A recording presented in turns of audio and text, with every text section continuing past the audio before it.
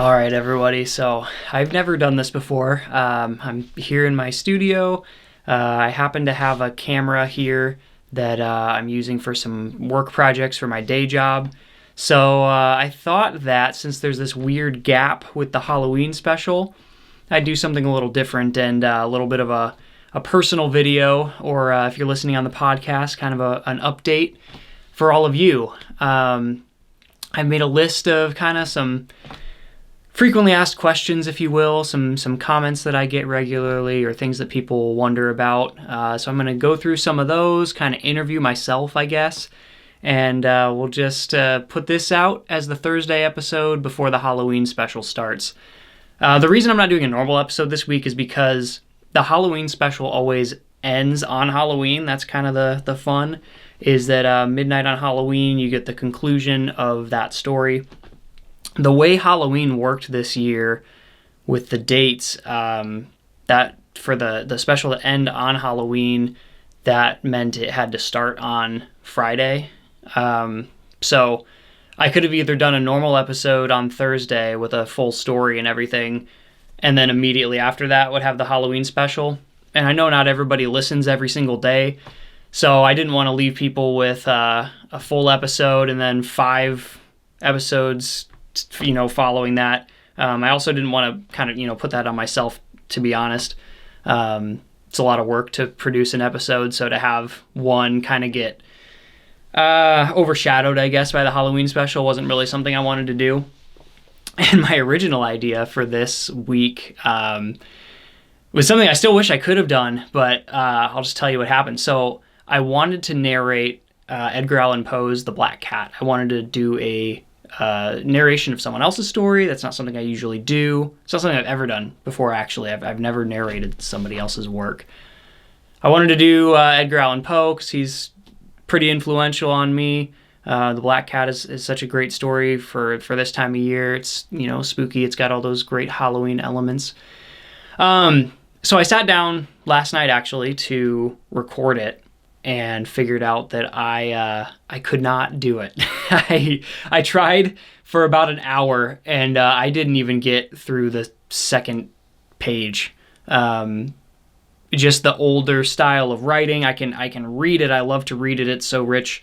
But to read it and narrate it at the same time was too much for me. At least at short notice. If I'd had time to practice and all that, I'm sure eventually I could have pulled it off. Never say never, right? But for something like this, it was just too much for me. So sorry. There's plenty of great narrators who have done all of Poe's story. You can find them, I'm sure. They'll do a much better job than I could. I really just didn't want to leave you dry. It's funny.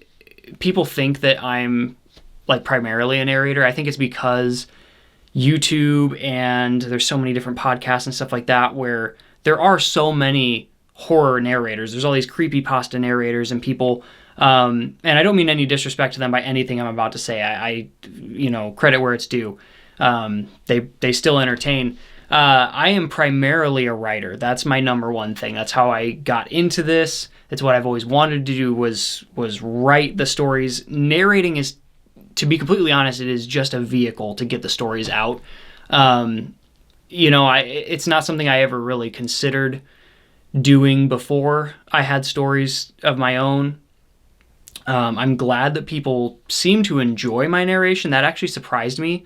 I kind of worried that my narration would be the weak point that would kind of cripple the podcast and make it so that it wasn't as popular as it could be, or people just didn't want to listen to it. But fortunately, people seem to enjoy what I do with that, so I'm very grateful for that, because very easily could have gone the other way if people hated my voice and didn't like what I did. Okay, sorry, I got interrupted by a call from my wife. That's okay, I was probably rambling. Long story short, I'm primarily a writer. Glad that people don't mind my narration.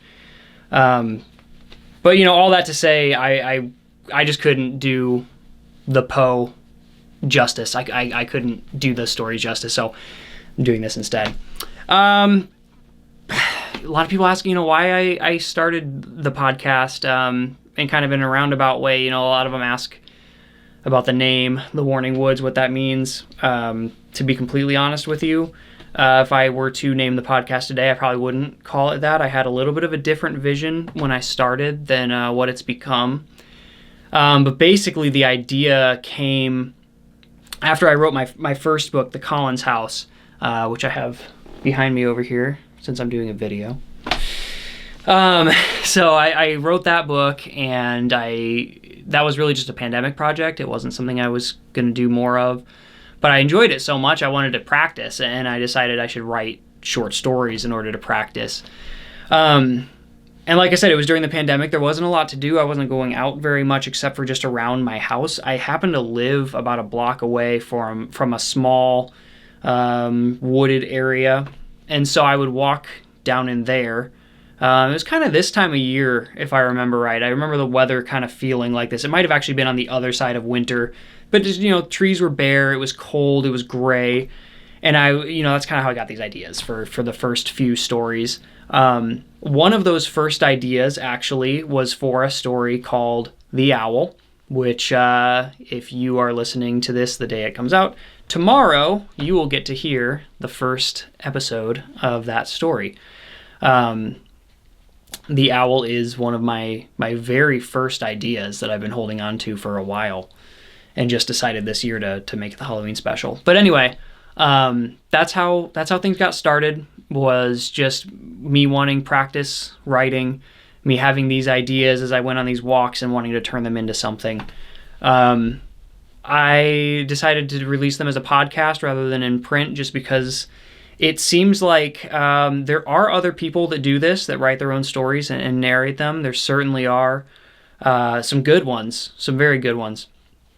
But not as many as there are in other mediums. It's not like you go to the bookstore and there's who knows how many authors writing short stories and things like that. And then you also run into things like, I would need to find someone to publish it, or if I wanted to self-publish it, I'd have to market it, which I'm not good at, just because I don't really want to. I'm not much of a self-promoter, unfortunately. But there were so many steps to publishing a printed version of the stories, where I just wanted to be able to put them out kind of as they came. I didn't want to have to linger on stories too long. Once they were done, I just wanted to share them. Early on, if you listen to some of my early stories, I think I had too much of that attitude. I didn't even edit them. I would, if you're a writer, everybody's cringing right now. I would write a story, and right after I wrote the last word, I would record it and I would publish it. I think that shows in some of those early stories. I probably need to revisit some of the ideas that I still like, and try to maybe revise those a little bit, because somewhere down the road I realized that I needed a second, third, fourth draft sometimes. So yeah, that's the story of how the podcast got started.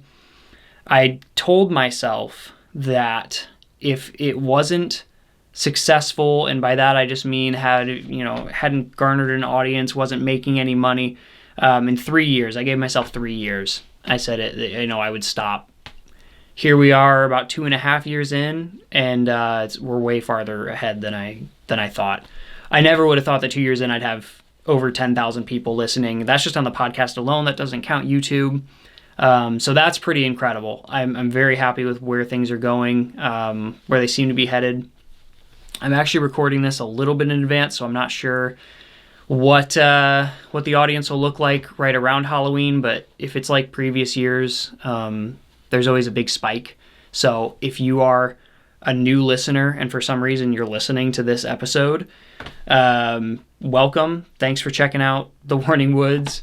Check out some of my older stories, get caught up. It's kind of fun that each story is its own thing. You don't really have to follow a certain series or anything like that. You don't have to catch up, but if you want to binge, I feel like this has been a good year for stories. Anyway, I am getting off topic. Like I said, I don't usually do this, just ramble by myself in here, so apologies if I get off topic here. Let me go to my phone here where I've got a few other little prompts. A lot of people don't know that I write my own stories. I'm actually surprised how frequently I get an email or a comment or a review or something like that where someone is either surprised to learn that I've written my own stories or doesn't seem to understand that I write them. Like I've already said a bunch of different times, like I'm a writer. I have ideas all the time. They don't really come from anywhere specific. They just kind of hit me whenever. Maybe it's a certain state of mind, or I'm watching something, and a lot of times what happens is I'll be watching or reading something, and the plot I think I know which way it's going, and it takes a different turn, and my brain is wondering what would have happened if it followed the path that I was thinking it was going to, and that'll turn into a story. Things like that. So, yeah, I do write all my own stories. I've never, like I said, never narrated somebody else's. And the music also, people have asked me about that. So stories before, I want to say like June or July this year, episodes, those, most of them should be all me, the music. I wrote and recorded all of it. I've been a musician much longer than I've been a writer. So, I've been doing all the sound beds and things like that. And then, as soon as the podcast started making some money and actually being profitable, one of the first things I invested in was I got a bunch of sound libraries from this company, Ghost Hack, who I would highly recommend if you need post-production of any sort. I've got, all kinds of like impacts and sound effects and things like that, as well as the drones and the ambiances and that sort of thing. So you'll notice, particularly, in the last few episodes, I think have had a lot of that stuff. The Halloween special, though, that was actually the main thing that kind of inspired me to purchase these sound libraries, because I didn't want 5 episodes in a row. They're all full length. I mean, I think only one of them is under 30 minutes. I didn't want to have all those in a row have the same music throughout the whole thing, because that would just get, I think, really annoying for people. I think that would get a little monotonous. So I spent some money and got these new sound libraries from Ghost Hack. They're pretty incredible. So I've been using those primarily. I've been using them for a couple months now, and I don't think I'm at any risk of using everything or running out of stuff to do with that. So yeah, so what you're going to hear now going forward is going to be a mixture of stuff that I compose and this stuff from Ghost Hack. So shout out to Ghost Hack. Definitely check that out if you've got anything you need post-production for. And then people ask me. It usually comes in the form of the comment, "You should write a book." I get that one a lot because again, I'm not good at self-promotion. I'm not good at marketing my own stuff. I have 2 books, soon to be 3 if you want to count the paperback version of The Owl, which is available starting tomorrow for order on Amazon. I'll talk about that more in a minute here. I've got 2 books. This is my first one. This is the hardcover edition. This is The Collins House. This is the book that started it all. I hadn't written anything creative, I don't think, since high school before the pandemic, and I just recently had a kid. Like I mentioned, I've been a musician for a while. My main creative outlet was playing guitar. If you have children or have been around children who are young and they sleep a lot, can't crank up an amp and play a guitar all the time like I used to. So that's kind of, I needed a different creative outlet.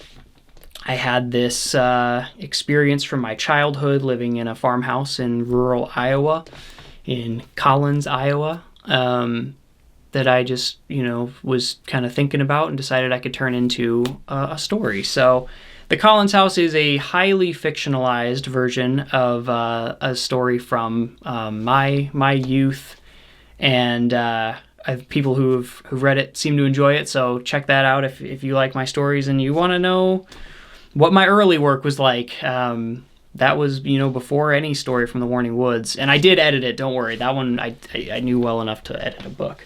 This is my second novel. This is Mr. Secrets. The cover does not show up very well on camera. Not a lot of contrast on there, but yeah, Mr. Secrets. That's just a fully fictional novel that I wrote last year and published last year. It's about a group of very, very diverse group of people who all, for one reason or another, end up at this open house. And they essentially become trapped together, and they have to work together and kind of figure out what is trapping them and why. It ties into all of their pasts. It was a fun one to work on. I actually got my brother involved on that one, and he edited it for me and showed me some things that needed to be improved and things. So I'm very happy with the final result of Mr. Secrets. So check that one out as well. And while you're... Oh, and they're both available on Amazon. I self-publish my books through Amazon. It's just a way to, again, taking those steps out of publishing and everything, just to do it all myself. So those are available in paperback, hardcover, ebook, audiobook, all through Amazon. You can get them there. I believe you can also get the audiobook on iTunes or whatever Apple calls that now. And while you're on Amazon, if you're checking those out, you'll notice that I also have available now, or actually no, it'll be tomorrow, a paperback version of this year's Halloween special, The Owl. So if you enjoy reading stories rather than listening to them, or you would like to just have a hard copy of it, you can check out The Owl in paperback. It's word for word the story that you're going to hear on the podcast, just in a paperback version. So, check that out if you so desire.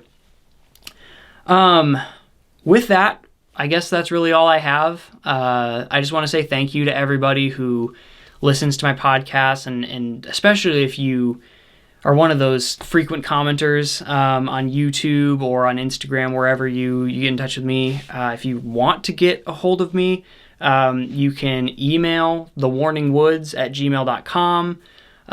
There's also a contact form on my website, thewarningwoods.com. Yeah, that will send an email to me. Instagram @thewarningwoods. Comment, send me a message. Fortunately, I don't have so many comments and messages bombarding me.